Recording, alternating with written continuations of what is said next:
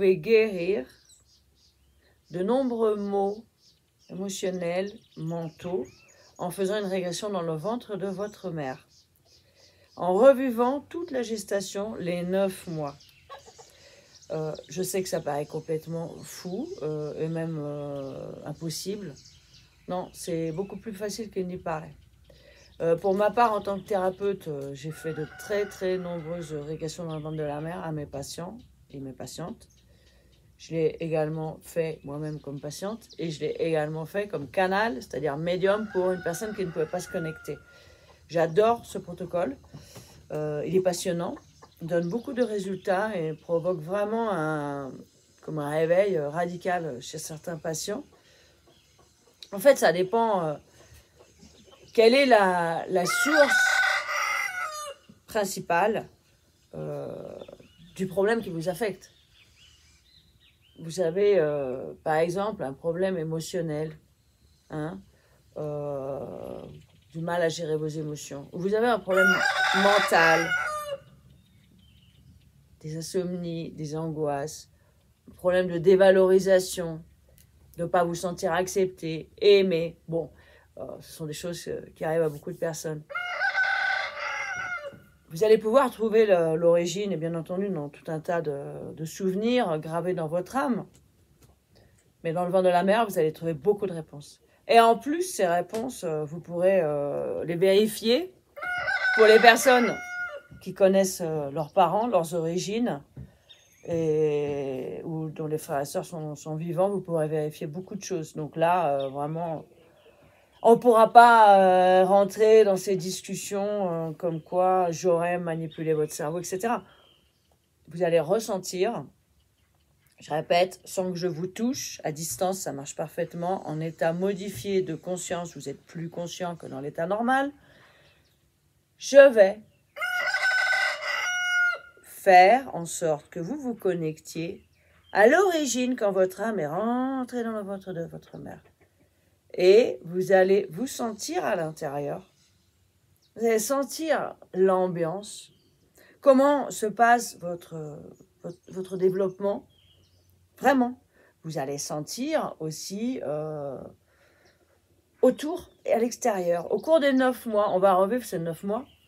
Et vous allez vous connecter à votre père, votre mère, vos frères et sœurs, grands-parents, toutes les personnes qui ont pu être présentes pendant les 9 mois et qui ont participé de votre croissance. À ce moment-là, bien entendu, vous êtes passif. Vous êtes passif.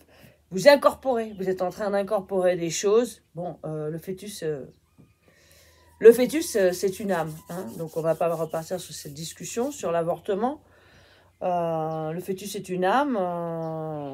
Si vous faites, je dis rapidement en aparté, si vous faites un avortement naturel ou médicalisé, c'est votre choix, ou c'est le hasard, entre guillemets, mais il est toujours conseillé de libérer l'âme des fœtus. J'ai déjà fait une vidéo à ce sujet. Donc vous allez sentir, comprendre, comment ça s'est passé? Qu'est-ce que vous avez incorporé pendant ces 9 mois? Par exemple, pendant 9 mois, bon, il s'agit, on imagine, du premier enfant. Le père est jeune. D'un seul coup, la mère tombe enceinte. Bon, bah, ça peut provoquer une angoisse au niveau de la responsabilité matérielle pour un père d'avoir les moyens d'élever cet enfant.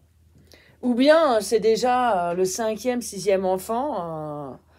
cette angoisse matérielle est encore pire peut-être pour le père. Donc ça, c'est une émotion. La peur de manquer d'argent. Ok, cette peur de manquer d'argent qui était chez ce père, par ce lien d'interconnexion, est entré dans le fœtus. Ce fœtus va naître déjà en ayant incorporé en lui, avant même que ce soit l'éducation, l'enfance, etc., qui le fasse, la peur de manquer d'argent, qui est une angoisse. Forcément, il faut l'éliminer. Il faut gagner son argent et vivre, enfin, essayer de mener son chemin, quoi. Ça, c'est quelque chose qui va vraiment incorporer immédiatement et de manière totalement, totalement inconsciente. Bien entendu, il n'est même pas né. C'est gravé déjà dans son âme. La mère aussi peut transmettre des émotions par rapport au fait que l'enfant peut être un bonheur pour elle, une joie, mais peut également être, même si elle ne le reconnaît pas, parce que bon, c'est difficile à accepter, peut-être un dérangement. Et il y a de nombreuses femmes qui tombent enceintes et qui sont dérangées par la grossesse, car la grossesse modifie l'intimité avec leur mari. Donc c'est pas forcément aussi bienvenu que ça en a l'air, même s'il y a des femmes qui ne peuvent pas, par rapport à leur culture, le reconnaître. Mais le fait que la femme n'ait plus la même intimité que son mari, elle peut transmettre une énergie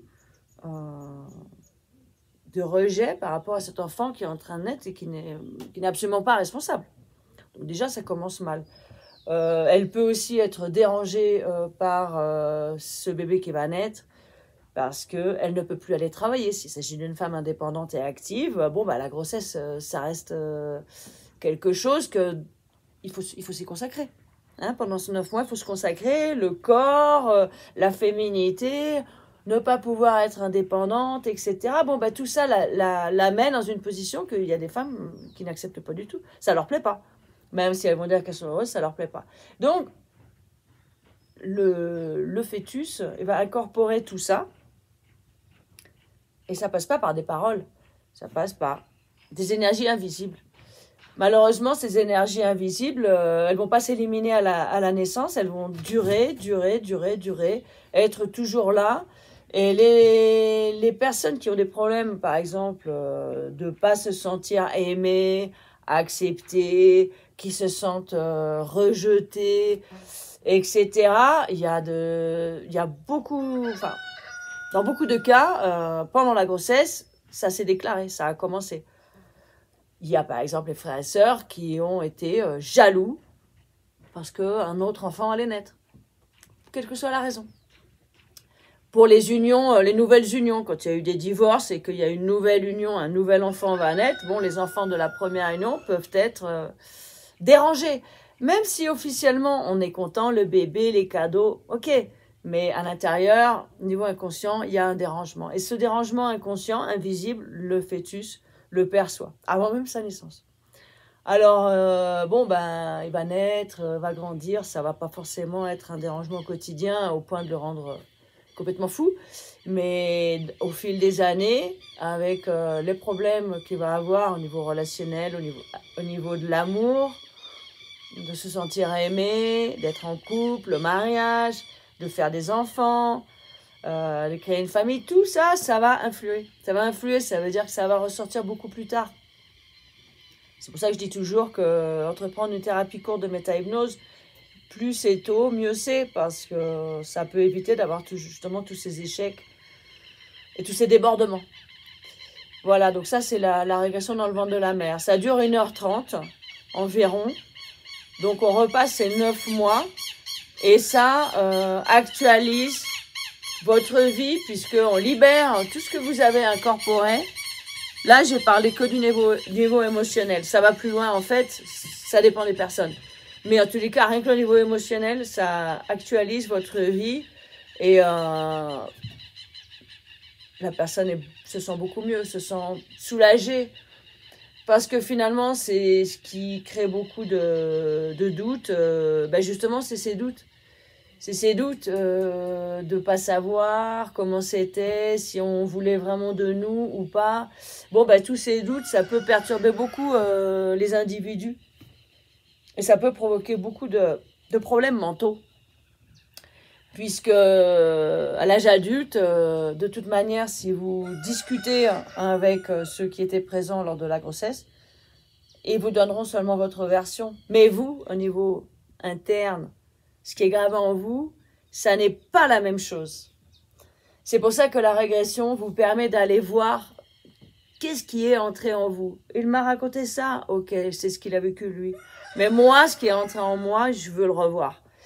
Quand on le revoit, là, c'est une libération véritable. On ne peut pas en vouloir aux gens pour mentir. C'est leur vérité. Mais ce que vous avez perçu, ce que vous avez incorporé, quand vous le retrouvez, vous le libérez automatiquement. C'est pour ça que ça s'actualise. C'est vraiment une super expérience que je vous recommande à tous. Ça peut être fait y compris pour les enfants. À partir de l'âge de 7 ans, un enfant peut faire une séance de méta-hypnose. Et pareil, si ça a été délicat la grossesse, si un enfant est encore jeune ou préadolescent, ça peut aider beaucoup sa croissance. Vraiment. Donc c'est pas inutile, il ne faut pas attendre qu'il y ait des problèmes, surtout quand on sait que l'origine a été trouble. Raison de plus pour le faire avant qu'il y ait des problèmes. Alors le cas particulier, évidemment, ça m'intéresserait beaucoup de le faire. J'attends juste qu'on me le demande, tout simplement. J'ai pas eu l'occasion de traiter par la régression dans le ventre de la mère des enfants adoptés. Mais je pense que ça doit être quand même assez intéressant pour celui qui a des questions. J'aurais rêvé d'adopter des enfants. C'est pas arrivé dans cette vie. Peut-être la prochaine. J'ai adopté mes chiens à la place. Mais pour des enfants qui soit sont nés sous X, ce qui est absolument scandaleux du point de vue des droits de l'enfant, à connaître ses origines, soit ont été adoptés, qui ont déjà des informations de leur origine, mais qui aimeraient en savoir plus. Faire la régression dans le ventre de la mère, bon, bah, c'est génial, parce qu'ils vont pouvoir comprendre ce qui s'est passé. S'ils sont perturbés par ça, alors vraiment, je les encourage totalement à le faire. Ça va pas être une enquête policière où on va trouver à quelle rue, quel numéro de rue, quel étage, etc. Je n'irai pas jusque-là. Je ne vais pas vous promettre des choses comme ça. Mais par contre, tout ce que vous avez incorporé, les raisons de l'abandon, etc., vous allez accéder. Et vous allez probablement assainir l'amour. L'amour en vous, l'amour que vous pouvez avoir pour les autres et que vous pouvez sentir venant de vos origines. Puisque l'abandon peut être perçu comme un abandon de l'amour, peut-être que vous allez pouvoir renouer avec cet amour. Automatiquement, vous pensez bien que ça va être comme pour vous une super guérison pour l'amour. Voilà. Pas plus. Je vous encourage à m'écrire en privé si vous avez des sujets que vous voulez que je traite par rapport à l'âme. N'hésitez pas. C'est toujours bienvenu. J'ai des tonnes d'idées, bien entendu, mais je préfère répondre aux préoccupations qu'ont les personnes sur l'âme, qui est bien entendu un sujet très mystérieux et réel et totalement passionnant.